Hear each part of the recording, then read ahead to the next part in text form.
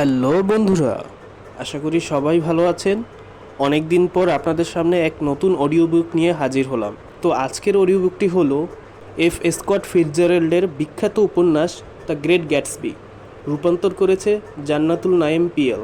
Audio বুকটি শুরু করার আগে কিছু গুরুত্বপূর্ণ চরিত্রের সঙ্গে আমরা পরিচিত হব। চরিত্রগুলোর মধ্যে হলো যে এই কাহিনীর বর্ণনাকারী নিক ক্যারাওয়ে, উত্তর আমেরিকার ওয়েস্ট এগে বসবাসকালীন সময়ে প্রতিবেশী ধনকেবুর, যে গ্যাটসবির সাথে তার বন্ধুত্ব হয়। এরপর এই উপন্যাসের প্রধান চরিত্র যে গ্যাটসবি, সে খ্যাতনামা ধনী এবং ওয়েস্ট এগে একটি বিশাল প্রাসাদের মালিক। বন্ধুদের নিয়ে গ্যাটসবি প্রতি সপ্তাহে নিজের প্রাসাদে বিশাল পার্টি দেয়। লুইসভিলে অফিসার হিসেবে প্রশিক্ষণ গ্রহণের সময় সেই ডেইজি বুকাননের প্রতি আগ্রহ হয়ে ওঠে। এরপর এই উপন্যাসের প্রধান নারী চরিত্র ডেইজি বুকানন, নিকের দুঃসম্পর্কের বোন। তারুণ্যের প্রথম পর্বে অবশ্য তার সাথে গ্যাটসবির সুসম্পর্ক গড়ে ওঠে, কিন্তু প্রথম বিশ্বযুদ্ধকালীন সময়ে গ্যাটসবির অনুপস্থিতিতে প্রভাবশালী ধনকেবুর টম বুকাননের সাথে তার বিয়ে হয়। ডেইজির আচার আচরণ কিছুটা উদ্ভ্রান্ত ও বেখেয়ালি। এরপর টম বুকানন সম্ভ্রান্ত ধনী পরিবারের সন্তান, প্রাক্তন পেশাদার ফুটবল খেলোয়াড়, আচরণে উচ্ছৃঙ্খল ও বেপরোয়া।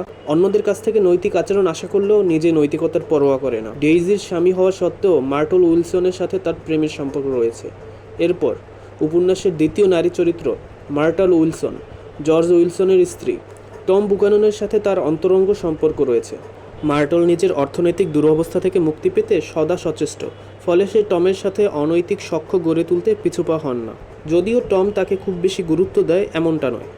জর্জ উইলসন গাড়ি সারাইয়ের একটা গ্যারেজ ও গ্যাস স্টেশনের মালিক। তার অর্থনৈতিক অবস্থা তেমন উল্লেখযোগ্য নয়। মার্টলের স্বামী হিসেবে সে অত্যন্ত দায়িত্ববান এবং স্ত্রীর প্রতি অনুরক্ত। জর্ডান বেকার উপন্যাসের তৃতীয় নারী চরিত্র এবং একজন পেশাদার গলফ খেলোয়াড়, ডেইজির ঘনিষ্ঠ বান্ধবী। তার আধুনিক জীবনযাপন দেখে নিক তার প্রতি আকৃষ্ট হয়েছিল, তবে জর্ডান মূলত আত্মকেন্দ্রিক ও জটিল মানসিকতা সম্পন্ন মেয়ে, ফলে তাদের সম্পর্কটি শেষ পর্যন্ত বজায় থাকে। তো উপন্যাসটির অডিও বুক শুরু করার আগে আবার একটা রিমাইন্ডার দিয়ে দিই, এই কাহিনীর বর্ণনাকারী অর্থাৎ যিনি বলছেন তিনি হচ্ছে নিক ক্যারাওয়ে। চ্যাপ্টার 1, গ্যাটসবির প্রাসাদ। আমি যখন ছোট ছিলাম আমার মনটা আরও নরম ছিল। তখন আমার বাবা অবশ্য আমাকে কিছু কথা বলেছিল, কথাগুলো আজও আমার কানে বাজে। শোনো নিক, যখনই তোমার মন চাইবে কারো সমালোচনা করার, তখন শুধু একটা কথাই মাথায় রাখবে যে দুনিয়ার সব মানুষের কিন্তু তোমার মতো মুখে সোনার চামচ নিয়ে জন্ম হয়নি। তারা তোমার মতো এত সুযোগ সুবিধা পেয়েও বড় হয়নি। এটুকু বলেই অবশ্য বাবা থেমে গিয়েছিল, আর কথা বাড়ায়নি। তাতে অবশ্য আমি অবাক হইনি। বাবার সঙ্গে আমার সব সময় এমন ছাড়াছাড়ি কথাবার্তাই হতো। সব কিছু তার আমাকে মুখ ফুটে বলার দরকারও পড়তো না। দুই একটা বাক্য থেকেই আমি সবটা বুঝে ফেলতাম। তো বাবার উপদেশটা মেনে চলি আমি। সচরাচর কাউকে নিজে থেকে বিচার করতে যাই না। আর এই স্বভাবই আমার ব্যাপারে অনেকের মনে অদ্ভুত সব ধারণার জন্ম দিয়েছে। একবার আমার নামে তো মিথ্যা অভিযোগ তোলা হয় আমি নাকি রাজনীতি করি। কেননা আমি অনেক অপরিচিত, বুনো স্বভাবের মানুষের ব্যক্তিগত সুখ দুঃখের কথা জেনে ফেলেছিলাম। আমি কিন্তু নিজে থেকে তাদের এসব গোপন কথা জানার চেষ্টা করতাম না। যখন আমি বুঝে যেতাম যে কেউ আমার সঙ্গে এসব গোপন কথা ভাগ করে নিতে চাইছে, আমি ঘুমানোর বা কাজে ব্যস্ত থাকার ভান করতাম, অথবা এমন একটা ভাব করতাম যেন এসব কথাকে আমি পাত্তাই দিই না। এসব গোপন কথাকে আমি ভয় পেতাম, কারণ তরুণ যুবরা আমাকে তাদের যেসব ব্যক্তিগত কথা বলতো সেগুলো সাধারণত অন্যের থেকে চুরি করা হতো, এবং অনেক গোপন কথাই ছিল অর্ধসত্য। তাই আমি নিজেও নাক উঁচু করে আমার বাবার উন্নাসিক উপদেশ মেনে চলতাম। তবে গ্যাটসবির ক্ষেত্রে ভিন্ন, তার প্রতি আমি এমন আচরণ করতাম না।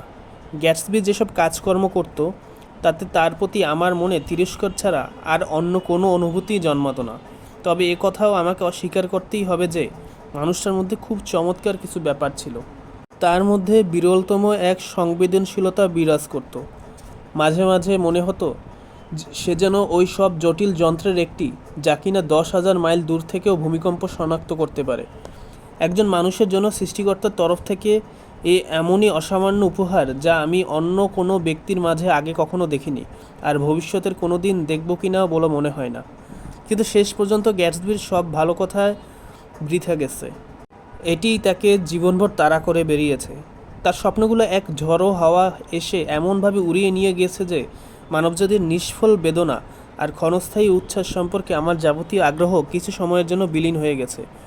প্রায় 3 প্রজন্ম ধরে আমার পরিবার মিডল ওয়েস্টার্ন শহরে প্রতিষ্ঠিত ধনাঢ্য ও স্বর্ণামধন্য কারাওয়েরারা সবসময় গোষ্ঠীবদ্ধ থাকতে পছন্দ করেছে। তাছাড়া আমরা বাকলিওকের ডিওকের বংশধর। তবে যে মানুষটিকে আমাদের বংশের সত্যিকারের প্রতিষ্ঠাতা বলা যায় তিনি হলেন আমার দাদার ছোট ভাই। তিনি 1851 সালে এখানে আসেন। গৃহযুদ্ধে একটি বিকল্প দল পাঠান এবং পাইকারি হার্ডওয়্যারের ব্যবসার ভিত্তিপ্রস্তর স্থাপন করেন। এই আজকের দিন পর্যন্ত আমার বাবা সেই ব্যবসার দেখভাল করছেন।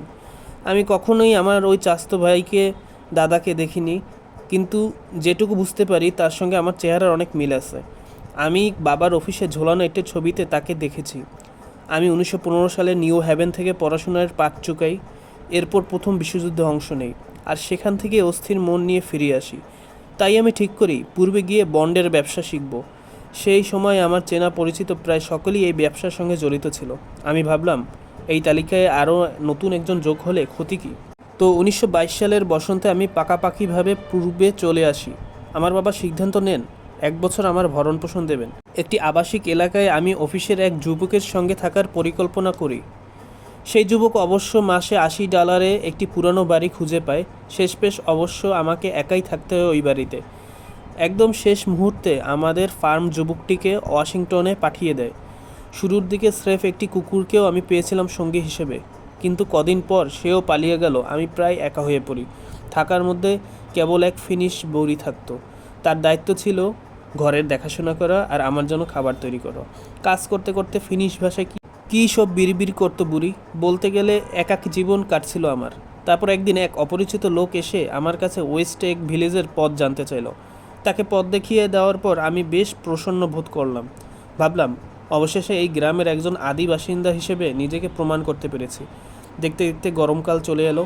এর মধ্যেই আমি ব্যাংকিং, ক্রেডিট ও বিনিয়োগ, নিরাপত্তা বিষয়ক ডজনখানেক বই কিনে ফেলেছি। বইগুলোর মলাটে লেখকেরা প্রতিশ্রুতি দিয়েছেন এমন সব গোপন কথা আমার সামনে তুলে ধরবেন যেগুলো শুধু মিডাস, মর্গান ও ম্যাকনারাইরাই জানে। আমি অবশ্য কলেজে থাকতে সাহিত্য খুব ভালোবাসতাম, তাই ওই সব বই পড়ার স্বাদও ছিল আমার মনে। কিন্তু পুরোপুরি কাকতালীয় ব্যাপারেই বলা যায় আমি উত্তর আমেরিকার আজবতম গ্রামগুলোর একটিতে ঘাঁটি ঘেরেছিলাম। এটি ছিল একটি সরু দ্বীপ যা নিউ ইয়র্কের পূর্ব পর্যন্ত চলে গিয়েছে। আশ্চর্যজনক বিষয় হলো এর দুটি অদ্ভুত জায়গা ছিল যা শহর থেকে মাত্র 20 মাইল দূরে। একজোড়া যমজ বিশালাকার ডিম প্রায় মিশে গিয়েছিল পশ্চিম গোলার্ধের নোনা পানির সঙ্গে। এই দুইয়ের মধ্যখানেই ছিল কেবল একটি খাঁড়ি। এটিকেই বলা হতো লং আইল্যান্ড সাউন্ড। দুটি ডিম্বাকৃতির ভূখণ্ড নিশ্চয়ই উপর দিয়ে উড়ে যাওয়া শঙ্খচিলদের বোকা বানিয়ে দিত। এদিকে যাদের ডানা ছিল না তারা খুবই অবাক হতো অন্য একটি ব্যাপারে। আকার ও আকৃতি ছাড়া এই দুই ভূখণ্ডের বাকি সব কিছুই ছিল একেবারে আলাদা। আমি বাস করতাম ওয়েস্ট এগে। দুটি ভূখণ্ডের মধ্যে তুলনামূলক কম আধুনিক ছিল এটি। আমার বাড়ির অবস্থান ছিল ডিমের চূড়ায়, সাউন্ড থেকে মাত্র 50 গজ দূরে। আর এই দুটির দুই দিকে ছিল দুটি বিশাল প্রাসাদ, যেগুলো প্রতি মৌসুমে $12,000 থেকে $15,000 ভাড়া দেওয়া হতো। আমার বাড়ির ডান পাশের প্রাসাদটি ছিল এলাহি ব্যাপার স্যাপার। নরমান্ডির হোটেল দু বিলের মতো করে বানানো হয়েছিল এটি। এই প্রাসাদের উপর ছিল একটি উঁচু মিনার। এছাড়া পাতলা দাড়ির মতো করে এর গায়ে লেগে থাকতো কাঁচা আইভি লতা। সামনে 40 একর জায়গা জুড়ে ছিল লন ও বাগান। এটিই ছিল মিস্টার গ্যাটসবির ম্যানশন। এরকম একটি প্রাসাদের পাশে আমার বাড়িটি দেখলে যে কারোরই চোখ জ্বালা করবে, তবু আমি সন্তুষ্ট ছিলাম। একে তো আমার বাড়ি থেকে পানির দৃশ্য, প্রতিবেশীদের লনের খানিকটা দেখতে পেতাম, আর তার উপর আবার ধনকুবদের সান্নিধ্যে থাকার সুযোগ, মাত্র মাসে $80 বিনিময়ে। চ্যাপ্টার 2, বুকাননদের সঙ্গে দেখা। খাড়ির ওপারে ইস্ট এগের নয়নাভিরাম প্রাসাদগুলো পানির ঠিক পাশে দাঁড়িয়ে জ্বলজ্বল করত। একদিন আমি যখন গাড়িতে চেপে ওপারে গেলাম বুকাননদের সঙ্গে ডিনার করতে, তখন থেকেই এই গল্পের শুরু। টম আমার কলেজের পরিচিত, আর ডেইজি এক দুঃসম্পর্কের বোন। নিউ হ্যাভেনে দুর্দান্ত জনপ্রিয় ফুটবল খেলোয়াড় ছিল টম। তার নামডাক এমনকি জাতীয় পর্যায় পর্যন্ত ছাড়িয়ে গিয়েছিল। কিছু মানুষ থাকে না যারা খুব অল্প বয়সেই এত কিছু অর্জন করে ফেলে যে তাদের বাকি জীবনের সব কিছু বড্ড ফিকে মনে হয়। 21 বছর বয়সী টমও সেই দলে নাম লিখিয়ে ফেলেছিল। অবশ্য একটি বিত্তবান পরিবারের সদস্য হওয়াটাও তাকে যথেষ্ট সাহায্য করেছিল। এই কলেজে থাকাকালীন সময়েও টমের পকেটে এত পরিমাণ টাকা থাকতো যে খরচা করে তা কুলিয়ে উঠতে পারতো না। আর এখনও খুবই জাঁকজমকের সঙ্গে সে শিকাগো সেরে ইস্ট এগে পাড়ি জমিয়েছে। তাকে সঙ্গ দেওয়ার জন্য সবসময় থাকতো লেক ফরেস্টের এক দল পোলো ঘোড়া। আমার জন্য মেনে নেওয়াটা কষ্টকরই ছিল যে আমার প্রজন্মের এক যুবক এত ধন সম্পদের মালিক। আমার কোনো ধারণাও ছিল না যে তারা ইস্টেগে এসেছিল। আমি শুধু জানতাম কোনো এক অজ্ঞাত কারণে তারা বছরখানেক ফ্রান্সে কাটিয়েছিল, সেখানকার অভিজাত শ্রেণীর মানুষদের সঙ্গে ওঠা বসাও করেছিল। তবে টেলিফোনে ডেইজি জানিয়েছিল এবার তারা পাকাপাকিভাবেই ইস্টেগে চলে এসেছে। আমি কিন্তু তার কথা বিশ্বাস করিনি। ডেইজির মনে কী ছিল আমি জানতাম না, তবে এতটুকু জানতাম যে টমের খুব বেশি দিন কোথাও মন টেকে না। আমি যখন গাড়ি চালিয়ে যাচ্ছিলাম তখন হঠাৎ করেই একটি চিন্তা আমার মাথায় উদয় হলো।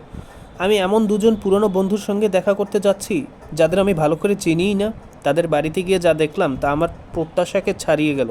খাড়ির অন্যদিকে মুখ ফেরানো মনোরম একটি লাল সাদা জর্জিয়ান ঔপনিবেশিক প্রাসাদ ছিল এটি। ঠিক সমুদ্র সৈকত থেকে শুরু হয়েছিল লন, আর সেখান থেকে সিকিমাইল দূরে ছিল সদর দরজা।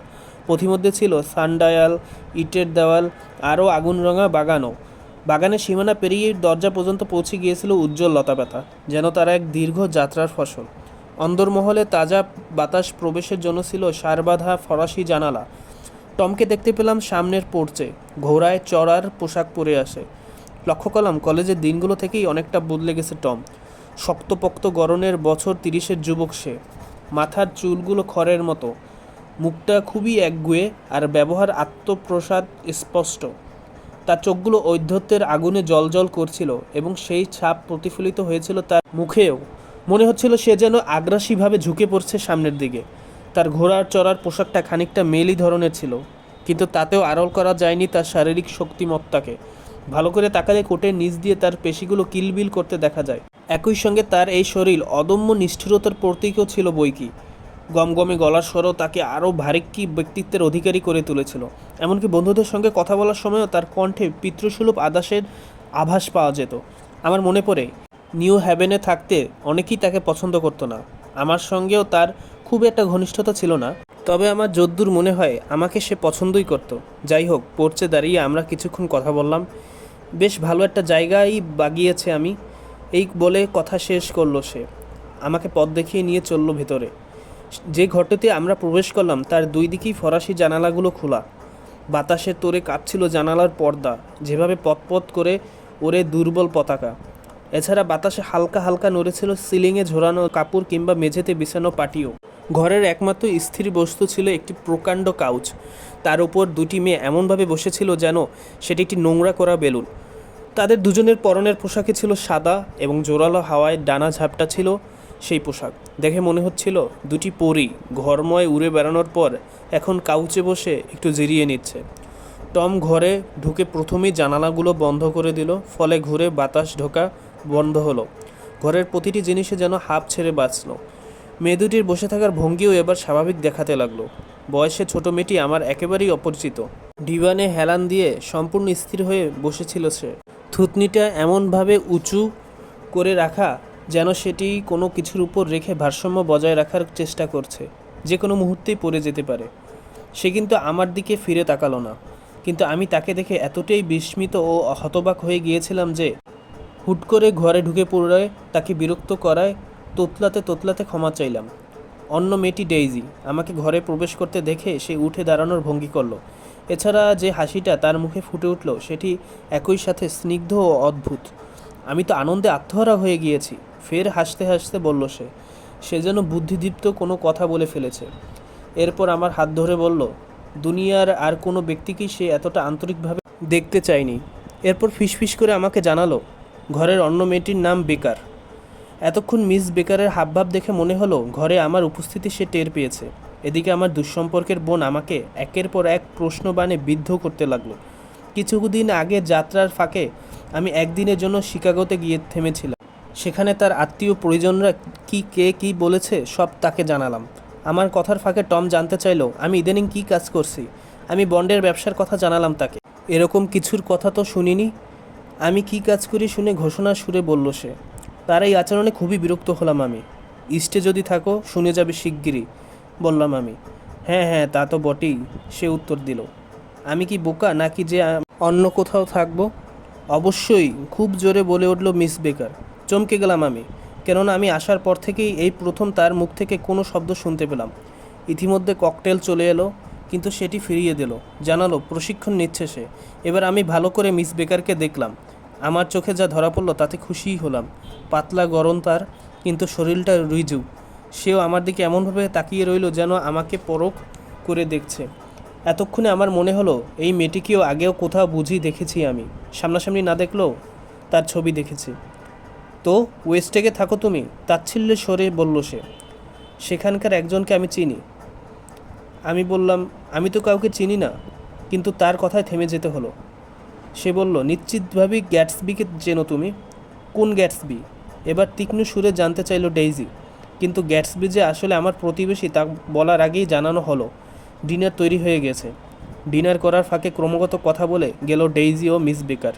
টম আমাদের সবাইকে জানালো গুরদাদ নামে এক ব্যক্তির লেখা the rise of the coloured empires বইটি সম্পর্কে। এটি এত ভালো একটি বই যা সকলেই পড়া উচিত, সে বলল। এখানে বলা হয়েছে আমরা এখন থেকে সতর্ক না হলে শ্বেতাঙ্গ জাতি কিভাবে অদৃশ্য হয়ে যাবে। এগুলো সব বৈজ্ঞানিকভাবে প্রমাণিত যে অন্য জাতিরা সব কিছুর দখল নিয়ে নেওয়ার আগেই সাবধান হয়ে যেত আধিপত্যশীল জাতিকে। ওদেরকে আমাদের হারাতে হবে, ব্যস্ত সমস্তভাবে বলল ডেইজি। আর টম বলে চলল কিভাবে আমরা নর্ডিক জাতির অংশ, যারা শিল্প, বিজ্ঞান ও প্রাসঙ্গিক অন্যান্য জিনিস আবিষ্কারের মাধ্যমে সভ্যতার গোড়াপত্তন করেছে। তার বক্তৃতা আমার কাছে খুবই বিরক্তকর লাগছিল। ভাগ্য ভালো, বক্তৃতার মাঝ পর্যায়ে টেলিফোন বেজে উঠল এবং বাটলার এসে তার কানে ফিসফিস করে কিছু বলায় সে টেবিল থেকে ছেড়ে উঠে পড়ল। কিছুক্ষণ পর ডেইজিও বিদায় নিল। আমি চেষ্টা করলাম মিস বেকারের সঙ্গে আলাপ জমানোর, কিন্তু সে আমাকে বলল চুপ করতে। সে কান খাড়া করে অন্য ঘরে কী কথা হচ্ছে শোনার চেষ্টা করলো। পাশের ঘরে শব্দ কখনো সপ্তমে চড়েছিল, আবার কখনো কিছু শোনাই যাচ্ছিল না। আসলে যে মিস্টার গ্যাটসবির কথা তুমি বলেছিলে সে আমার প্রতিবেশী, মিস বেকারকে জানালাম আমি। কিন্তু আবারও আমাকে চুপ করিয়ে দিল সে। জানতে চাইলাম আমি, ঘটনাটা কি? বিস্ময়ে ঝরে পড়ল মিস বেকারের কণ্ঠে। জানো না তুমি? আমি তো ভেবেছিলাম কারোই আর জানতে বাকি নেই। কী জানতে বাকি নেই? কেন, টমের যে নিউ ইয়র্কে একটি প্রেমিকা জুটেছে? কিছুক্ষণ ইস্তত করার পর বলেই ফেলল সে, মেয়েটার মধ্যে ন্যূনতম ভদ্রতা জ্ঞানও নেই যে ডিনারের সময় টেলিফোন করতে হয় না।